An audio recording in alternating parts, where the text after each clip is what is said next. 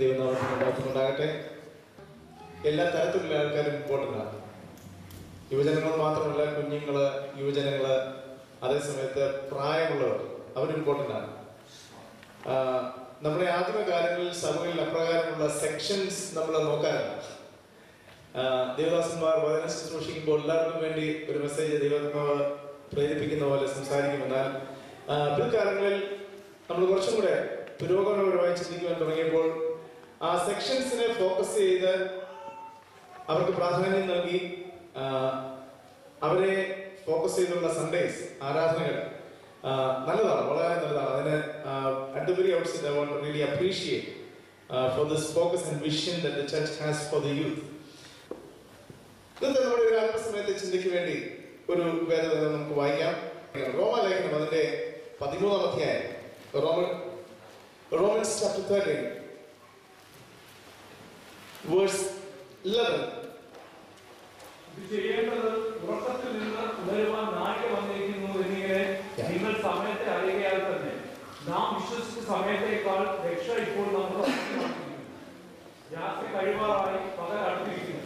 അതുകൊണ്ട് നാം ഇരുട്ടിന്റെ പ്രവൃത്തികളെ വെച്ച് കളഞ്ഞ് വെളിച്ചത്തിന്റെ ആയുധങ്ങൾ ധരിച്ചു കൊടുക്കുക.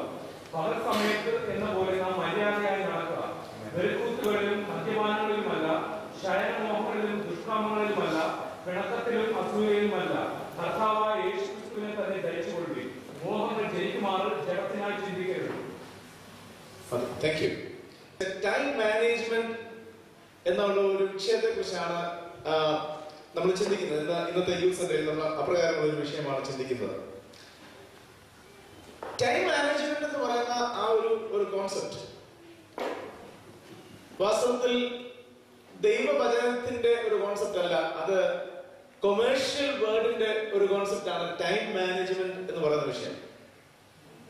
പഠിക്കുന്ന ചെറുപ്പക്കാർക്കും അല്ലെങ്കിൽ ജോലി ചെയ്യുന്ന സ്ഥലങ്ങളിലും അതുപോലുള്ള ഇൻഡസ്ട്രീസിലും എല്ലാം സെമിനാറുകൾ, കോൺഫറൻസുകൾ, അതിന്റെ എക്സ്പേർട്സ് വന്ന് ടൈം മാനേജ്മെന്റിനെ കുറിച്ച് ഒരുപാട് വളരെ സയന്റിഫിക് ആയിട്ട് സ്റ്റഡി നടത്തി അതിനെ കുറിച്ച് സംസാരിക്കാറുണ്ട്. ടൈം മാനേജ്മെന്റ് അത് വാസ്തവത്തിൽ ഞാൻ അതിലേക്ക് വരിക.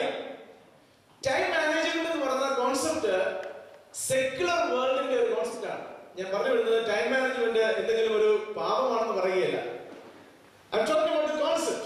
The concept time management is very important for the secular world, for the corporate world. കാരണം സമയത്തെക്കുറിച്ചുള്ള ഇന്നത്തെ ലോകത്തിന്റെ കാഴ്ചപ്പാട്, perspective about time is different from the word of God. ലോകം സമയത്തെ പെർസീവ് ചെയ്യുന്നത്, സമയത്തെ നമ്മൾ എല്ലാവരും പെർസീവ് ചെയ്യുന്നത് എന്തായിട്ടാണ്? പ്രൊഡക്റ്റീവ് ടൈം, അതാണ് ഗോൾ. എന്തുമാത്രം സമയം പ്രൊഡക്റ്റീവായിട്ട് ഉപയോഗിക്കാം. അപ്പൊ ആ പ്രൊഡക്ഷന് വേണ്ടിയാണ് നമ്മൾ സമയം മാനേജ് ചെയ്യുന്നതിനെ കുറിച്ച് പറയുന്നത്. അപ്പൊ നമ്മൾ സമയം നഷ്ടപ്പെടുത്താതെ ലഭിക്കുന്ന 24/7 24/7 it's A very famous thing, isn't it? 24/7 നമുക്ക് എന്തുമാത്രം പ്രൊഡക്റ്റീവായിട്ട് ഉപയോഗിക്കാം. അത് പ്രൊഡക്റ്റീവായിട്ട് ഉപയോഗിച്ചെങ്കിൽ മാത്രമേ അതിൽ നിന്ന് എന്ത് ലഭിക്കുന്നുള്ളൂ? Returns ലഭിക്കുന്നുള്ളൂ, profit ലഭിക്കുന്നുള്ളൂ. അതുകൊണ്ട് മാക്സിമം എന്തുമാത്രം ആ സമയം പ്രൊഡക്റ്റീവ് ആക്കാം എന്നുള്ളതാണ് സെക്യുലർ വേൾഡിന്റെ മുമ്പിലെ ഏറ്റവും വലിയ ചോദ്യചിഹ്നം. വലിയ സിഇഒസും മാനേജേഴ്സും അതുപോലുള്ള എന്താണ് ഇൻഡസ്ട്രീസ് നടക്കുന്ന ആൾക്കാരുടെ മനസ്സിലെ ഏറ്റവും വലിയ ഡ്രീമാണ് സമയം മാക്സിമം പ്രൊഡക്റ്റീവായിട്ട് യൂസ് ചെയ്യുക. ആ പ്രൊഡക്ഷനിൽ വേണം എന്ത് ലഭിക്കാൻ? പ്രോഫിറ്റ് ലഭിക്കാൻ. അപ്പോൾ സെക്യുലർ വേൾഡിനെ സംബന്ധിച്ച് സമയം എന്ന് പറയുന്നത് is production oriented. It is oriented towards production. Within the given time, how much you can produce? That's the only question. If you cannot produce, you are a waste in the modern world. In the given time, if you cannot produce anything in any field, you are good for nothing. That is the concept of the world. എന്നാൽ ദൈവവചനത്തിൽ നമ്മൾ ഇന്ന് വായിച്ചു കണ്ട ഭാഗത്ത് നമ്മളെ അപ്രകാരം ഭയപ്പെടുത്തുന്ന ഒരു കോൺസെപ്റ്റ് അല്ല സമയത്തെ കുറിച്ച് ദൈവവചനം തരുന്നത്. അങ്ങനെയാണോ? അല്ല. റെഡീംഡ് ടൈം നമ്മൾ വായിച്ചു. സമയം തക്കത്തിൽ ഉപയോഗിക്കുക, റെഡീംഡ് ടൈം തക്കമായിട്ട് ഉപയോഗിക്കുക. ചില ട്രാൻസ്ലേഷനിൽ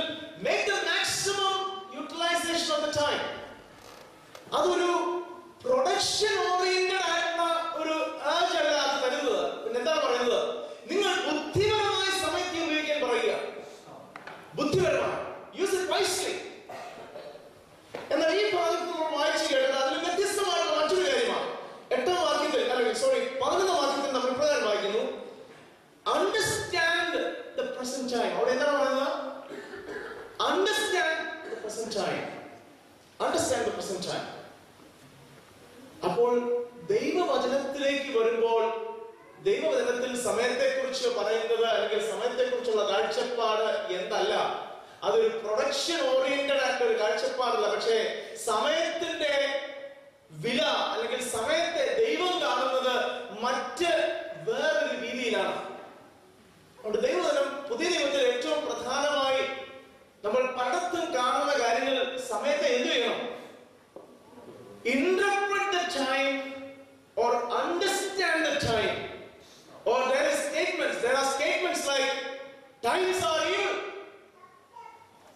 or because you do not understand the time.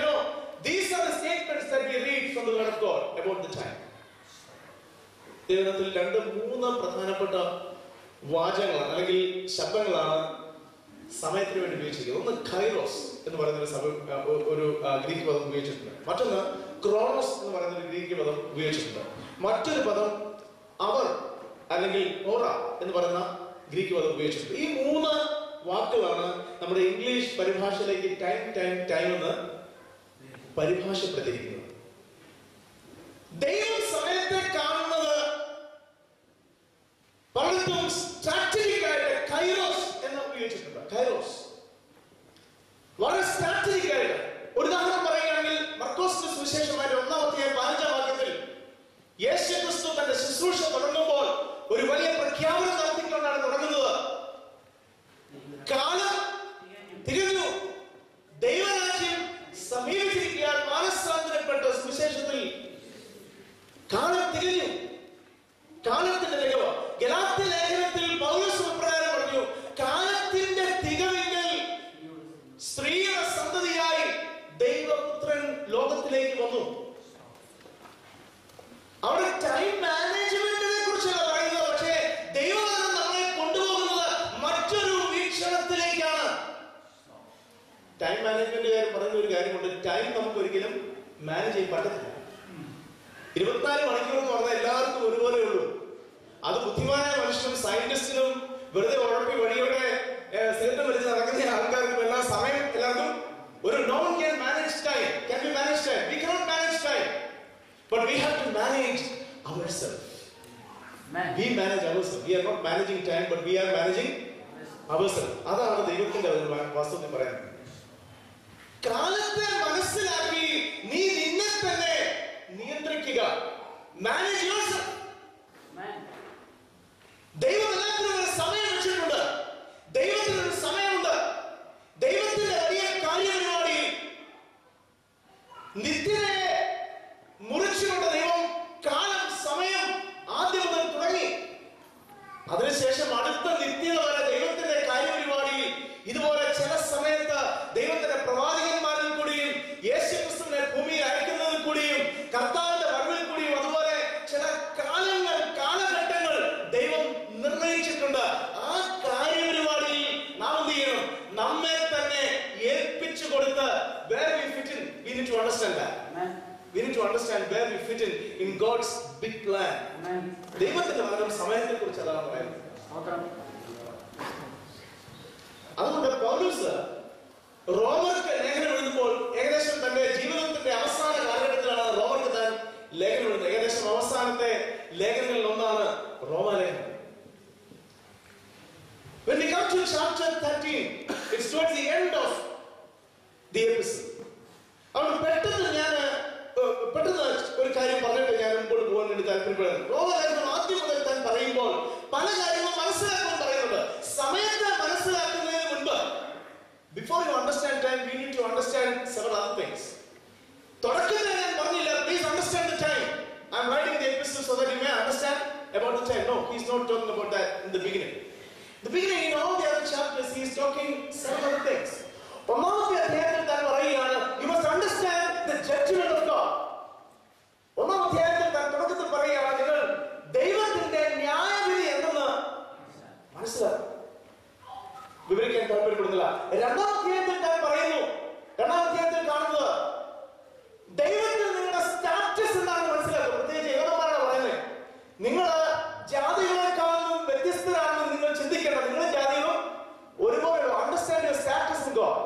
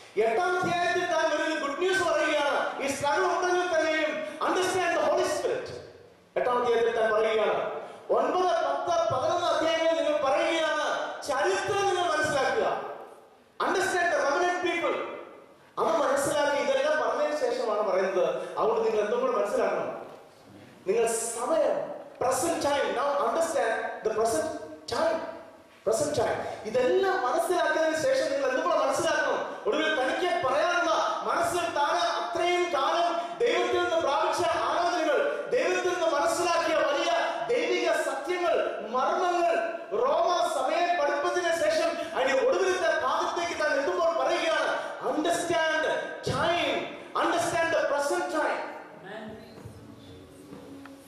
എന്തിനാ മനസ്സിലാക്കുന്നത്? ഞാൻ പറയുകയാണ്, നിങ്ങൾ കാലത്തെ മനസ്സിലാക്കുക. പ്രിയ ജോബി ബ്രദർ ഓർപ്പിച്ചതുപോലെ നിങ്ങൾ എന്തുകൊണ്ട് മനസ്സിലാക്കണം? കാലത്തെ മനസ്സിലാക്കണം.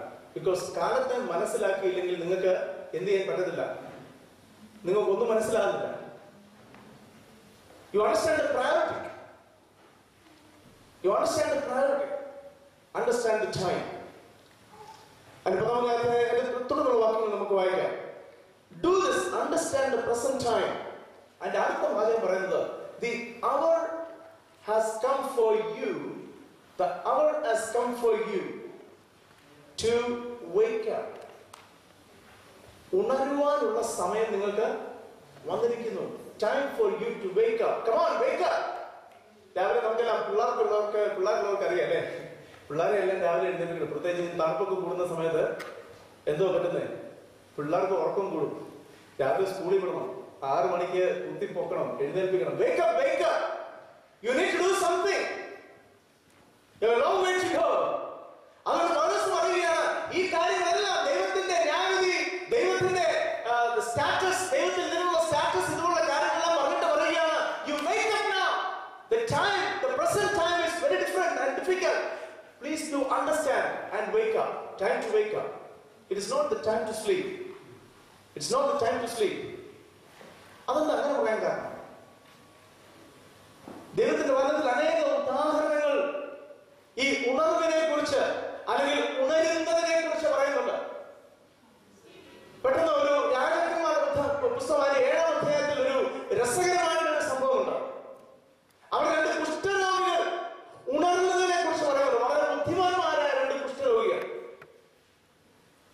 അവർ ചെയ്തതാണ്, അവര് പറഞ്ഞു, ഏതാണ് നമ്മൾ ചാകാൻ പോവുക, അവൻ എന്ത് ചെയ്ത ആ ശത്രുവാണെന്നോട്ട് പോയി അവര് കൊല്ലുന്നേ കൊന്നു, അല്ലെങ്കിൽ ജീവിക്കുന്നെങ്കിൽ ജീവിച്ചേക്കാം, പോയി ലെറ്റ്സ് ഗോ ആൻഡ് സറണ്ടർ.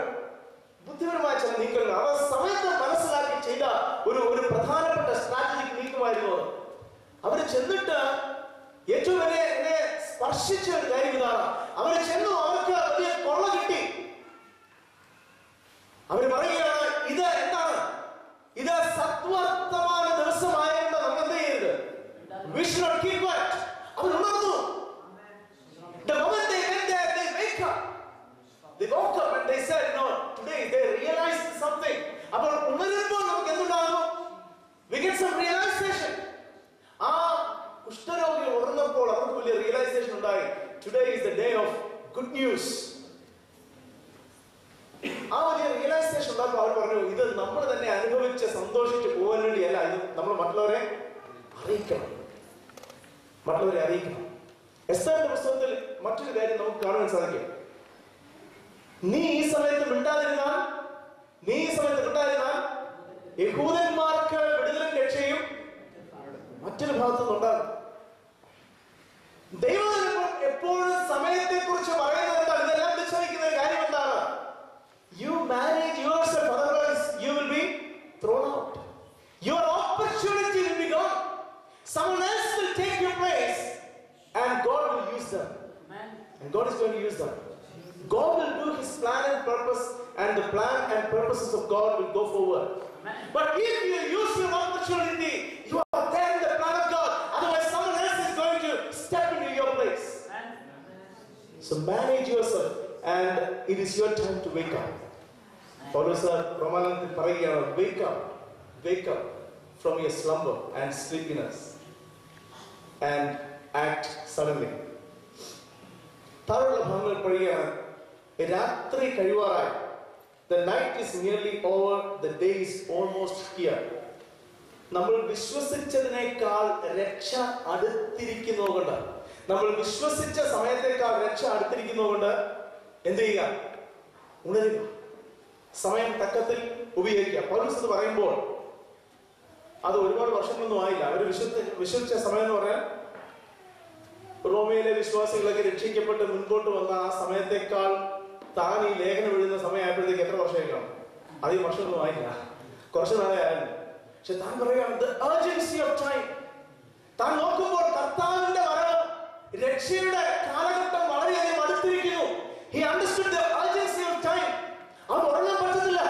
നമ്മൾ വിശ്വസിച്ച സമയത്തേക്കാൾ രക്ഷിക്കപ്പെട്ട നാൾ കഴിഞ്ഞ് കുറച്ച് വർഷങ്ങളാണ്. പക്ഷേ ഇപ്പോൾ പൗലോസ് നോക്കുമ്പോൾ എന്താണ്, കർത്താവ് ഉടനെ എങ്ങാണ്ട് തന്റെ കാലഘട്ടത്തിൽ തന്നെ വരാൻ പോവുകയാണെന്ന് താൻ വിശ്വസിച്ചിരുന്നു. ലേഖനങ്ങളെല്ലാം നമ്മൾ അതാണ് കാണുന്നത്. പൗലോസ് വിശ്വസിച്ചിരുന്നു തന്റെ കാലഘട്ടത്തിൽ തന്നെ യേശു കടന്നു വരും. വിശ്വസിച്ച നാളിനേക്കാൾ രക്ഷ അടുത്തിരിക്കുന്നതുകൊണ്ട് വൈക്കാം. എന്നാൽ അതിലും വ്യക്തമായിട്ടുള്ള കാര്യങ്ങൾ നമ്മൾ ഇന്ന് കണ്ടുകൊണ്ടിരിക്കുകയാണ്. ഇത് ലോകത്തിൽ അതിലും വ്യക്തമായി, പൗലോസിന്റെ നാളിനേക്കാളും വ്യക്തമായി കർത്താവിന്റെ വരവിനെ വിളിച്ചറിയിക്കുന്ന പല കാര്യങ്ങളും, പല സൈൻ സിംബൽസ് നമ്മൾ കണ്ടുകൊണ്ടിരിക്കുകയാണ്. അതുകൊണ്ട് നമ്മൾ എന്തുമാത്രം ഉണരണം, ചെറുപ്പക്കാരൻ നമ്മൾ എന്തുമാത്രം ഉണരണം. ഈ ചെറിയ തലമുറ നമുക്ക് കർത്താവിനെ അറിയുവാൻ, കർത്താവിന് വേണ്ടി ജീവിക്കുവാൻ ഒരു അവസരം ദൈവം നമുക്ക് തന്നു. എന്നാൽ നമുക്ക് ചുറ്റുമുള്ള നമ്മുടെ സമകാലീന ആൾക്കാർ, നമ്മുടെ അതേ പ്രായക്കാരായിട്ടുള്ള അനേകർ നശിച്ചുകൊണ്ടിരിക്കുകയാണ്. ഒരു ലക്ഷ്യമില്ലാതെ, കർത്താവിനെ അറിയാതെ, രക്ഷേണ്ടത് അറിയാതെ നശിച്ചുകൊണ്ടിരിക്കുമ്പോൾ ഒരു സത്യം നമ്മൾ വിളിച്ചറിയിക്കുകയാണ്, കർത്താവിന്റെ വരവ് ഏറ്റവും ആസന്നമായിരിക്കുന്നു. അതുകൊണ്ട് wake up from your slumber. താഴോട്ട് താൻ ചില എത്തിക്കൽ ടീച്ചിങ്സ് അവിടെ കൊടുക്കുകയാണ്. എത്തിക്കൽ ആയിട്ടുള്ള ചില പഠിപ്പിക്കൽ താൻ പറയുകയാണ്. So let us put aside the deeds of darkness and put on the armor of light. Very important, very important. താൻ പറയുകയാണ്, let us put aside the deeds of the darkness. ഇന്ന് ലോകത്തിന്റെ ഏറ്റവും വലിയ പ്രശ്നം എന്ന് പറഞ്ഞാൽ ഈ deeds of the darkness, deeds of the light നമ്മൾ തിരിച്ചറിയാൻ വേണമെന്നുള്ളതാണ്. നമ്മുടെ വിശ്വാസികളായിട്ടുള്ള ആൾക്കാർക്ക് പോലും ഏതാ തെറ്റ് ഏതാ ശരി എന്നുള്ളത് തിരിച്ചറിയാൻ വേണ്ട. നമുക്കൊരു സെറ്റ് ഡെഫിനിഷൻസ് ഉണ്ട് എല്ലാത്തിനും. നമ്മുടെ വിശ്വാസ ജീവിതത്തിന് പറ്റിയ കുറെ ഡെഫിനിഷൻസ് നമ്മൾ ഉണ്ടാക്കി വെച്ചിട്ടുണ്ട്. ആ ഡെഫിനിഷൻ അനുസരിച്ച് അങ്ങ് ജീവിച്ചു പോയി കഴിഞ്ഞാൽ എന്തുവായി? വിശ്വാസ ജീവിതം ശരിയായി എന്നുള്ളൊരു ബോധ്യമാണ്. പക്ഷെ പൗലോസ് പറയുകയാണ്, നിങ്ങൾ ഒന്ന് ഉണർന്നിട്ട് നോക്കിയേ, വാസ്തവത്തിൽ നിങ്ങൾ ഇരുളിന്റെ പ്രവൃത്തിയിലാണോ ജീവിക്കുന്നത് അതോ വെളിച്ചത്തിന്റെ പ്രവൃത്തിയിലാണോ ജീവിക്കുന്നതെന്ന് മനസ്സിലാക്കുക. നമ്മളൊരു സമയയുടെ ഭാഗമായിട്ട് മുൻപോട്ട് പോകുമ്പോൾ തന്നെയും നമ്മൾ പലപ്പോഴും പല കാര്യങ്ങൾ ചെയ്യുകയും ചിന്തിക്കുകയും ചെയ്യുമ്പോൾ നമ്മൾ ചിന്തിക്കുന്നത് നമ്മൾ ആത്മീയമായിട്ട് കാര്യങ്ങൾ ചിന്തിക്കുന്നു, എടുക്കുന്നു എന്ന് നമ്മൾ ചിന്തിക്കുകയാണ്. പക്ഷേ നമ്മൾ പലപ്പോഴും മനസ്സിലാക്കുന്നത്, നമ്മുടെ സഹോദരനെ നമ്മൾ വേദനപ്പെടുത്തുന്നുണ്ടെങ്കിൽ നമ്മുടെ ചില വ്യക്തത കൊണ്ട്, നമുക്ക് ചില കാര്യങ്ങൾ ചെയ്യേണ്ടതുകൊണ്ട്, നമ്മുടെ ചില എടുത്തുചാട്ടം കൊണ്ട്, നമ്മൾ ആത്മീയമെന്ന് ചിന്തിച്ച് ചെയ്യുന്ന പല കാര്യങ്ങളും പലപ്പോഴും ഇരുളിന്റെ പ്രവൃത്തിയായി പോകുന്നില്ലേ? മനസ്സിലാവുന്നത്? ഇരുളിന്റെ പ്രവൃത്തിയായി പോകുന്നില്ലേ? Wake up and understand whether you are in light or darkness. പൗലോസ് പറയുകയാണ്. എന്നാൽ ചെറുപ്പക്കാരുടെ പ്രശ്നങ്ങൾ മറ്റു പലതുമാണ്. ഇന്ന് ചെറുപ്പക്കാരുടെ ഇടയിൽ മാധ്യമങ്ങളിൽ കൂടി നടക്കുന്ന ചതിവ്. മാധ്യമങ്ങളിൽ കൂടി നടക്കുന്ന ചതിവ് നിങ്ങൾക്ക് അതിനെക്കുറിച്ച് നന്നായിട്ട് അറിയാം, എല്ലാവർക്കും അറിയാവുന്ന കാര്യമാണ്. ചെറുപ്പക്കാർക്ക് പ്രത്യേകിച്ച് അറിഞ്ഞുകൂടാ which is the deeds of light and which is the deeds of darkness. Facilities ഉണ്ട്, ആ ഫെസിലിറ്റീസ് എങ്ങനെ ഉപയോഗിക്കണമെന്ന് അറിഞ്ഞുകൂടാ. Because you have to wake up and understand which is right and which is wrong, which is the right use of the media and which is the wrong use of the media. നമ്മൾ പല കാര്യങ്ങളും ഇന്റർനെറ്റിൽ നോക്കിക്കൊണ്ടിരിക്കുമ്പോൾ പെട്ടെന്ന് ആവശ്യമില്ലാത്ത എന്തെങ്കിലും pop ചെയ്ത് കഴിഞ്ഞാൽ അതിന്റെ പുറകെ അറിയാതെ കയറിപ്പോയി അതിന്റെ അഡിക്റ്റീവായി മാറുകയാണ്. പ്രത്യേകം ശ്രദ്ധിക്കുക. അതിൽ അഡിക്റ്റ് ആയി കഴിഞ്ഞ് പിന്നെ അതിന് ഊരാമല്ല. And you cannot share with anybody. You cannot share that thing with your parents because അതിനെ നാണക്കേടാ, അല്ലെങ്കിൽ പറയാൻ ബുദ്ധിമുട്ട്, മാസ്റ്ററോട് പറയാൻ പറ്റുന്നില്ല. പിന്നെ എന്താ സംഭവിക്കുന്നത്? അതിന്റെ അടിമയായി മാറുക, ആ ഒരു ബന്ധനത്തിൽ അങ്ങ് ആയി പോവുകയാണ്. Deeds of darkness. ഇവിടെ ടൈം മാനേജ്മെന്റിലെ ടൈം ഒരുപാട് പോകുന്നത് ഡീഡ്സ് ഓഫ് ഡാർക്ക്നെസിന്റെ അതാണ്. നമ്മുടെ സമയം എങ്ങനെ പോയി? യൂണിവേഴ്സിറ്റിയിൽ പഠിച്ച് നമ്മുടെ പ്രോജക്റ്റ് തീർക്കേണ്ട സമയമാണ് എവിടെ പോവുകയാണ്? ഡീഡ്സ് ഓഫ് ഡാർക്ക്നെസിന്റെ അത് കയറി നഷ്ടപ്പെടുകയാണ്. അവിടെ പൗലോസ് അന്ന് ലേഖനം എഴുതുമ്പോൾ ഇന്റർനെറ്റ് ഇല്ല.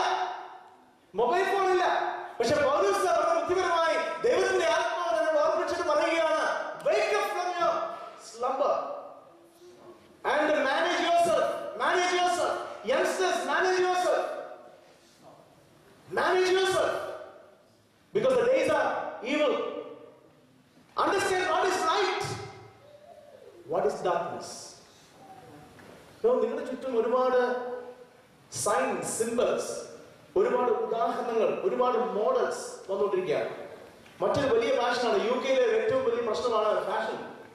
നമ്മുടെ ഡ്രസ്സ് എന്താണ്, പ്രത്യേകിച്ച് സൗകര്യമാണ്, എന്താണ് ഉടുക്കുന്നത്. എല്ലാവരും നോക്കുന്നത് നമ്മുടെ വ്യക്തിത്വത്തെ അല്ല നോക്കുന്നത്, പിന്നെ വ്യക്തിത്വം ഏത് രൂപത്തിലാണ് കാണുന്നത്, നമ്മൾ എന്ത് ഉടുത്തിരിക്കുന്നു എന്നുള്ളതിന്റെ അടിസ്ഥാനത്തിലാണ് നമുക്ക് വിലയിടുന്നത്.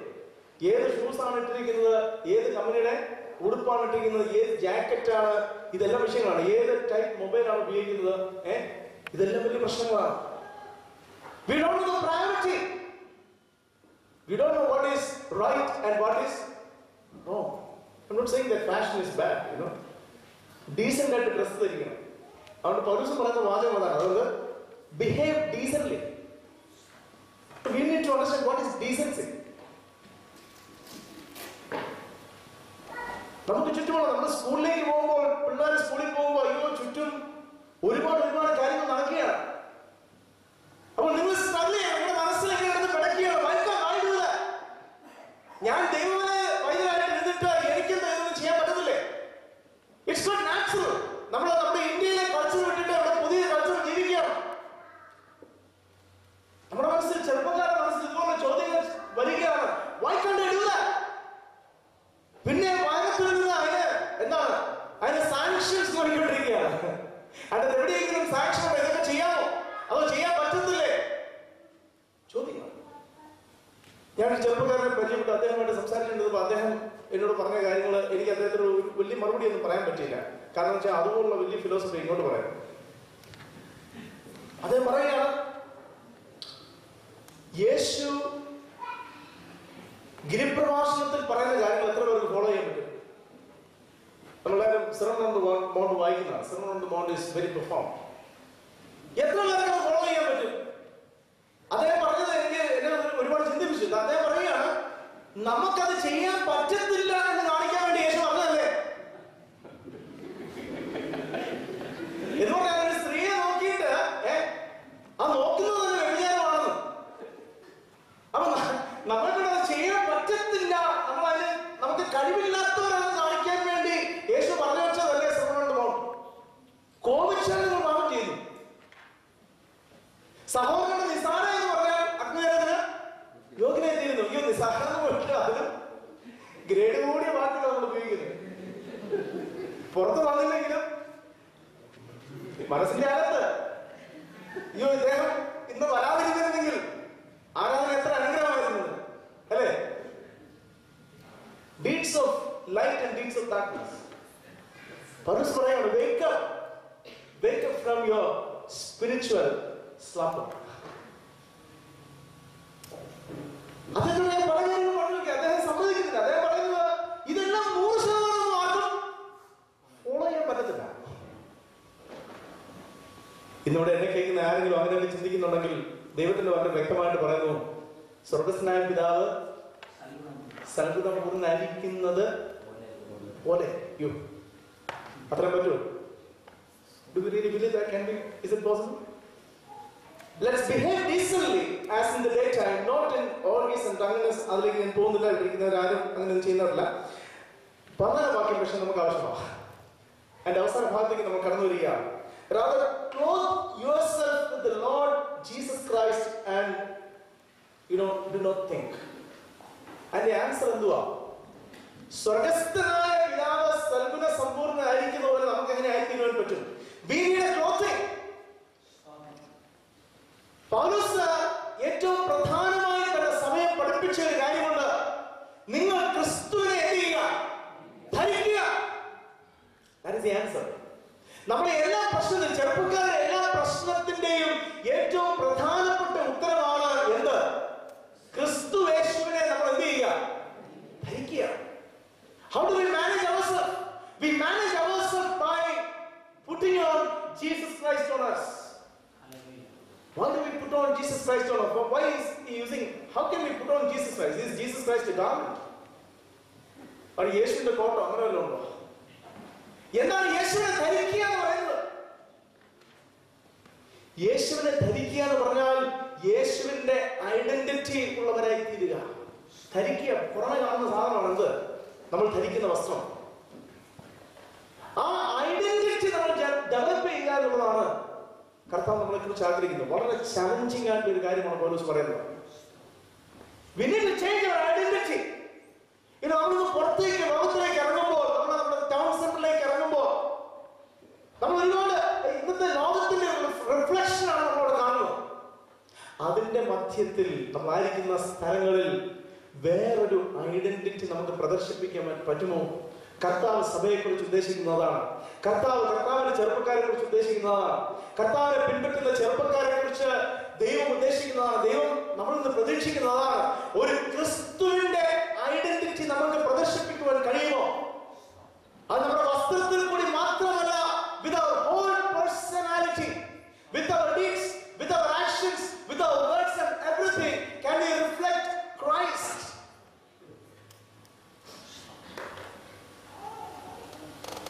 നാട്ടിൽ ദിഗംബരാസ്, ശ്വേതംബരാസ് എന്ന് പറയുന്ന ആൾക്കാർ ബുദ്ധമതക്കാരുടെ ഒരു ഭാഗമാണ്. അവർ ചിലര് എന്ത് ചെയ്യത്തില്ല, ഒന്നും ധരിക്കത്തില്ല.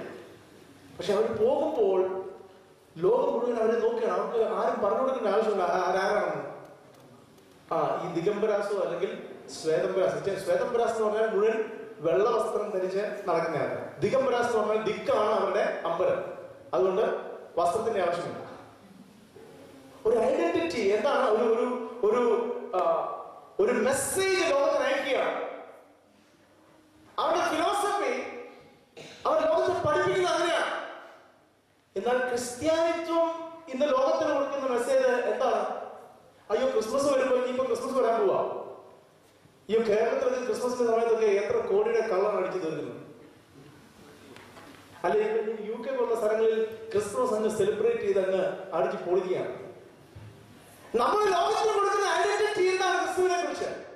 പണ്ടൊക്കെ യേശു ജനിച്ചു, യേശുവിന്റെ ബർത്ത്ഡേ കൊണ്ടാടി അടിച്ചു പൊളിക്കുക, അതിന് മാക്സിമം വെള്ളം അടിക്കുക, മാക്സിമം കേക്ക് കട്ട് ചെയ്യുക, ഗിഫ്റ്റ് കൊടുക്കുക, അങ്ങനെ അങ്ങ് പോവുക.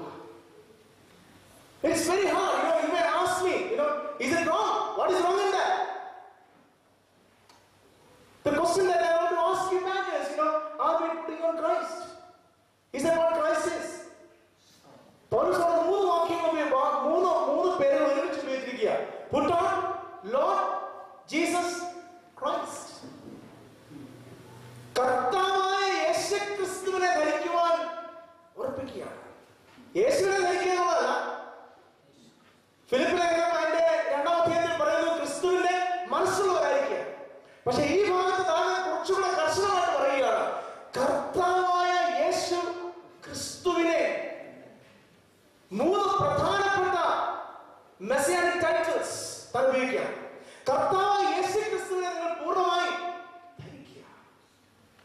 യേശുവിന്റെ മുഴുവൻ ക്വാളിറ്റിയും ധരിച്ചുകൊണ്ട് മുൻപോട്ട് നീങ്ങുവാൻ താൻ ഉറപ്പിക്കുകയാണ്.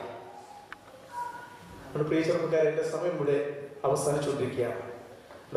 വളരെ വ്യക്തമായി ഓർപ്പിക്കുകയാണ്, ടൈം മാനേജ്മെന്റ് എന്ന് പറയുന്നത് understand the present time, understand the present time, understand the present time and wake up. This is the time to wake up. This is not the time to sleep. This is not the time to just sleep and ignore what is happening around us. This is not the time to say that, whatever may happen, what is it for me? What is it for me? I have nothing to do with that. What can I do? നിങ്ങൾ town സെന്ററിൽ പോയി നിന്നിട്ട് ചിന്തിക്കുകയാണ്, കാണുന്ന കാര്യങ്ങൾ കണ്ടിട്ട് പറയുകയാണല്ലോ എനിക്ക് ഇതിനെക്കുറിച്ച് എന്ത് ചെയ്യാൻ പറ്റും, ഒന്നും ചെയ്യാൻ പറ്റത്തില്ല. അങ്ങനെ ചിന്തിക്കേണ്ട കാലഘട്ടമല്ല. നമ്മൾ വിചാരിക്കുന്നതിനേക്കാൾ രക്ഷ അടുത്തിരിക്കുന്നുണ്ട്. ഉണരുവീൻ. സഭയായി, വ്യക്തികളായി, കുടുംബമായി അല്ലെങ്കിൽ ഗ്രൂപ്പായി നമുക്ക് കർത്താവിന് വേണ്ടി എന്ത് ചെയ്യാൻ കഴിയും, കർത്താവിനെ എങ്ങനെ ലോകത്തിന് പ്രദർശിപ്പിക്കാൻ കഴിയുമെന്ന് ചിന്തിക്കേണ്ട കാലഘട്ടം വന്നിരിക്കുകയാണ്. നമ്മുടെ പ്രവർത്തനത്തിൽ കൂടി, നമ്മുടെ ഡെഡിക്കേഷനിൽ കൂടി, നമ്മുടെ വിദ്യാഭ്യാസത്തിൽ കൂടി, നമ്മുടെ ജോലിയിൽ കൂടി, നമ്മൾ എവിടെയായിരുന്നാലും കർത്താവിന് വേണ്ടി എന്ത് ചെയ്യുവാൻ പറ്റും, കർത്താവിനെ എങ്ങനെ പ്രദർശിപ്പിക്കുവാൻ പറ്റുമെന്ന് ചിന്തിക്കേണ്ട കാലഘട്ടം വന്നിരിക്കുകയാണ്. അതുകൊണ്ട് ചെറുപ്പക്കാരെ ഓർപ്പിക്കുകയാണ്, the time is up and the time is coming near and the darkness is over, the day is coming. So therefore wake up. Wake up and put away all the deeds of darkness and come to the light. ഇന്ന് എന്നെ കേൾക്കുന്ന ആരെങ്കിലും ചെറുപ്പക്കാർ, ഇന്ന് ആരെങ്കിലും struggle ചെയ്യുന്നുണ്ടെങ്കിൽ, നിങ്ങളുടെ ജീവിതത്തിൽ നിങ്ങൾ ആരെങ്കിലും ഈ ഡീഡ്സ്, ഡാർക്ക്നെസിന്റെ ഡീഡ്സ് കൊണ്ട് സ്ട്രഗിൾ ചെയ്യുന്നുണ്ടെങ്കിൽ ഇന്ന് ഒരു തീരുമാനം എടുക്കൂ. എനിക്ക് ഇതിൽ നിന്ന് വിടുതൽ ആവശ്യം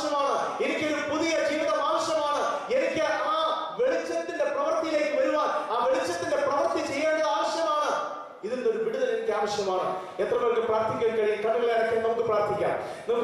ചെറുപ്പക്കാർ പ്രത്യേകമായിട്ട് നിങ്ങൾ ശ്രദ്ധിക്കൂ. നിങ്ങൾക്ക് ആർക്കെങ്കിലും അപ്രകാരം ഒരു വലിയ സ്ട്രഗിൾ ഉണ്ടെങ്കിൽ നിങ്ങളെ മാനേജ് ചെയ്യേണ്ട സമയം ഇതാ വന്നിരിക്കുകയാണ്. പൗലോസ് വളരെ വ്യക്തമായി ഓർപ്പിക്കുന്നു, രക്ഷ അടുത്തിരിക്കുന്നതുകൊണ്ട് behave decently in the present time. ക്രിസ്തുവിനെ ധരിക്കേണ്ടത് ആവശ്യമാണ്. അതുകൊണ്ട് എത്ര പേർക്ക് പറയാൻ കഴിയും, കർത്താവേ, ഞാൻ എന്റെ ജീവിതത്തെ മുഴുവനായി നിന്റെ കരങ്ങളിലേക്ക് സമർപ്പിക്കുന്നു. നമുക്ക് ചുറ്റുമുള്ള ഒരുപാട് പ്രലോഭനങ്ങൾ, ടെംപ്റ്റേഷൻസ്, ആ ടെംപ്റ്റേഷൻസിന് ഓരോന്നിലേക്കും വീണ് നമ്മുടെ ജീവിതം നഷ്ടപ്പെടുത്തുന്നവരായിട്ടല്ല. ഓരോ ടെംപ്റ്റേഷനെ പുറകെ പോയി ഇവിടെയാണ് സന്തോഷം കണ്ടെത്തുവാൻ കഴിയുന്നത്, എനിക്കൊരു എന്റർടൈൻമെന്റ് ആവശ്യമാണ്, ഇതൊരു വെറും എന്റർടൈൻമെന്റ് അല്ലേ, ഇതിന്റെ അകത്ത് എന്താ പാവം ഇരിക്കുന്നത്, ഇത് ചെയ്തു കഴിഞ്ഞാൽ എന്താണ് ദോഷം, ഞാൻ ഈ സുഹൃത്തിന്റെ കൂടെ അല്പം സമയം ചെലവഴിച്ചാൽ അതിന്റെ എന്തെങ്കിലും ദോഷമുണ്ടോ, ഞാൻ ഈ ഒരു പ്രവൃത്തി ചെയ്താൽ, ഈ ഒരു വെബ്സൈറ്റിലേക്ക് പോയാൽ അതുകൊണ്ടുള്ള ദോഷം എന്താണ്? ഇതുപോലെ ഒരുപാട് ചോദ്യങ്ങൾ ചോദിച്ചുകൊണ്ട് ദൈവത്തിന്റെ പരിശുദ്ധാത്മാവിനെ മനസ്സിൽ കെടുത്തിക്കൊണ്ട് മുൻപോട്ട് നീങ്ങുകയാണെങ്കിൽ പ്രിയ സുഹൃത്തെ അറിയുക, നിങ്ങൾ danger സോണിലാണ്. You are getting into the danger zone. So better put it away and come back to the light. This is the word of God very clearly saying to you today. ഇരുളിന്റെ പ്രവൃത്തികളെ മരിപ്പിക്കുക, ക്രിസ്തുവിനെ നിങ്ങൾ ധരിക്കുക. ഇരുളിന്റെ പ്രവൃത്തികളെ മരിപ്പിക്കുക, ക്രിസ്തുവിനെ നിങ്ങൾ ധരിക്കുക. ഒരുപാട് ചോദ്യങ്ങൾ ചോദിച്ച് ആർഗ്യൂ ചെയ്ത് ഇപ്രകാരം ചെയ്യുവാൻ സാധിക്കുമോ, അങ്ങനെ ചെയ്യുവാൻ സാധിക്കുമോ, അത് ശരിയല്ലേ, ഓരോ കോംപ്രമൈസിന് വേണ്ടി ഒരുങ്ങുകയാണെങ്കിൽ ഒരിക്കലും ഇതിൽ നിന്ന് മോചനം ലഭിക്കുകയില്ല. എന്നാൽ കോംപ്രമൈസിന് വേണ്ടി നോക്കാതെ നമ്മൾ നമ്മുടെ ജീവിതത്തെ കർത്താവിന്റെ കരങ്ങളിൽ സമർപ്പിച്ചുകൊണ്ട്, ഇതാ ഞാൻ ഒരു ദാസൻ, ഒരു ദാസി, ഒരു യുവാവ് അല്ലെങ്കിൽ യുവതി, ഞാൻ എന്റെ ഈ പവിത്രമായ ജീവിതത്തെ നിന്റെ കരങ്ങളിലേക്ക് സമർപ്പിക്കുന്നു. നമ്മുടെ പിതാവ് നമ്മുടെ ജീവിതത്തെ പണിയുവാൻ കുശവന്റെ കയ്യിൽ കളിമണ്ണ് പോലെ ഏൽപ്പിച്ചു കൊടുക്കുകയാണെങ്കിൽ, ഇന്ന് ഒരു തീരുമാനത്തോടെ പോവുകയാണെങ്കിൽ, ഇന്ന് നിങ്ങളുടെ ജീവിതത്തിൽ ഒരു പുതിയ പ്രതിഷ്ഠയോടെ പോവുകയാണെങ്കിൽ, കർത്താവ് എന്റെ ജീവിതത്തെ ഞാൻ നിന്റെ കരങ്ങളിലേക്ക് തരുന്നു. I cannot handle this, but you can.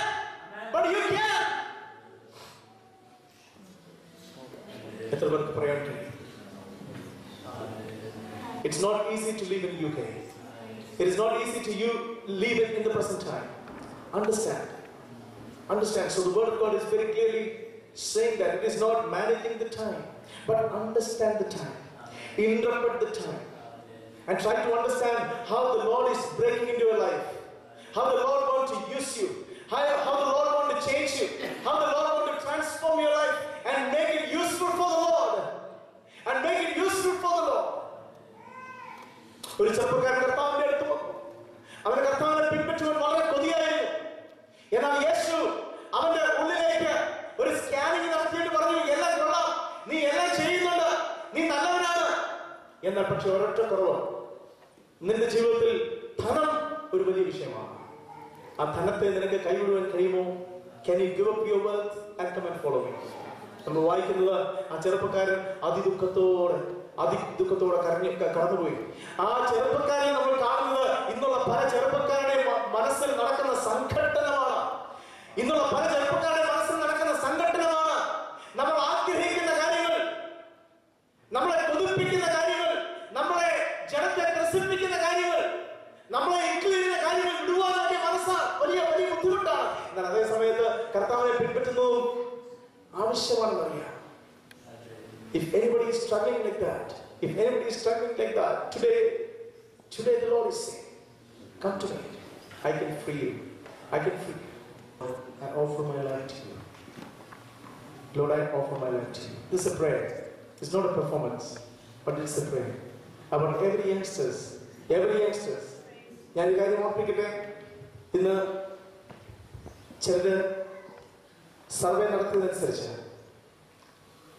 നല്ലൊരു ശതമാനം, majority of the Christians today, രക്ഷിക്കപ്പെട്ട ദൈവ മക്കൾ, അതിൽ മെജോറിറ്റി കർത്താവിനെ കണ്ടുമുട്ടിയത് 18 വയസ്സിന് മുൻപാണ് എന്നുള്ള ഒരു റിസർച്ച് ഉണ്ട്. ചൈൽഡ് തിയോളജി എന്ന് പറയുന്ന ഒരു പുതിയ ബ്രാഞ്ച് തിയോളജി ഉടലെടുത്തിട്ടുണ്ട്. അതിന്റെ വക്താക്കൾ പറയുന്നത് കർത്താവിനെ കണ്ടുമുട്ടിയ ആൾക്കാരിൽ നല്ലൊരു ശതമാനം 18 വയസ്സിന് മുമ്പാണ് കർത്താവിനെ കണ്ടുമുട്ടിയത്. അതിനുശേഷം കർത്താവിനെ കണ്ടുമുട്ടിയ ആൾക്കാരുടെ എണ്ണം അതിൽ കുറവാണ്. അത് വലിയൊരു സത്യം വിളിച്ചറിയിക്കുന്നു. യൗവനത്തിൽ നിന്റെ സൃഷ്ടാവിനെ ഓർക്കുക. Can we take a decision? നമ്മൾ കർത്താവിനെ സേവിക്കുന്നുണ്ടായിരിക്കാം, ഒരു ക്രിസ്തീയ കുടുംബത്തിന്റെ അംഗമായിരിക്കാം, ഒരു സഭയുടെ അംഗമായിരിക്കാം, നമ്മൾ സ്ഥിരമായിട്ട് ആരാധനയിൽ പങ്കെടുക്കുന്നുണ്ടായിരിക്കാം. പക്ഷേ are we managing ourselves? Are we managing ourselves properly? Or are we getting the reach of the world? Or are we in the light? വളരെ പ്രധാനപ്പെട്ട ഒരു തീരുമാനമാണത്. Lord, I offer my life to you and everything that I have been through, use it for your glory. ദൈവത്തിന്റെ കരങ്ങളിലേക്ക് സമർപ്പിച്ച അനേകരെ ദൈവം ശക്തമായി ഈ തലമുറയിൽ ഉപയോഗിച്ചുകൊണ്ടിരിക്കുന്നു. ദൈവം ഉപയോഗിക്കുന്നത് ദൈവത്തിന്റെ കരങ്ങളിൽ സമർപ്പിക്കുന്ന ജീവിതങ്ങളെയാണ്. ഇന്ന് നിങ്ങളെ ദൈവം ഉപയോഗിക്കണമെന്ന് താല്പര്യമുണ്ടെങ്കിൽ, if anybody want to be used by the Lord, if you want to make a difference in the world, if you want to make a difference in the world through your life, if you want to see that you are used by the Lord in this generation, you need to offer your life into the hands of God and put on Christ and give up all the deeds of darkness and the deeds of the light by praying in here. Thank you, Jesus. How many of us can make that decision this one time? I call upon Pastor to come and take over. Thank you.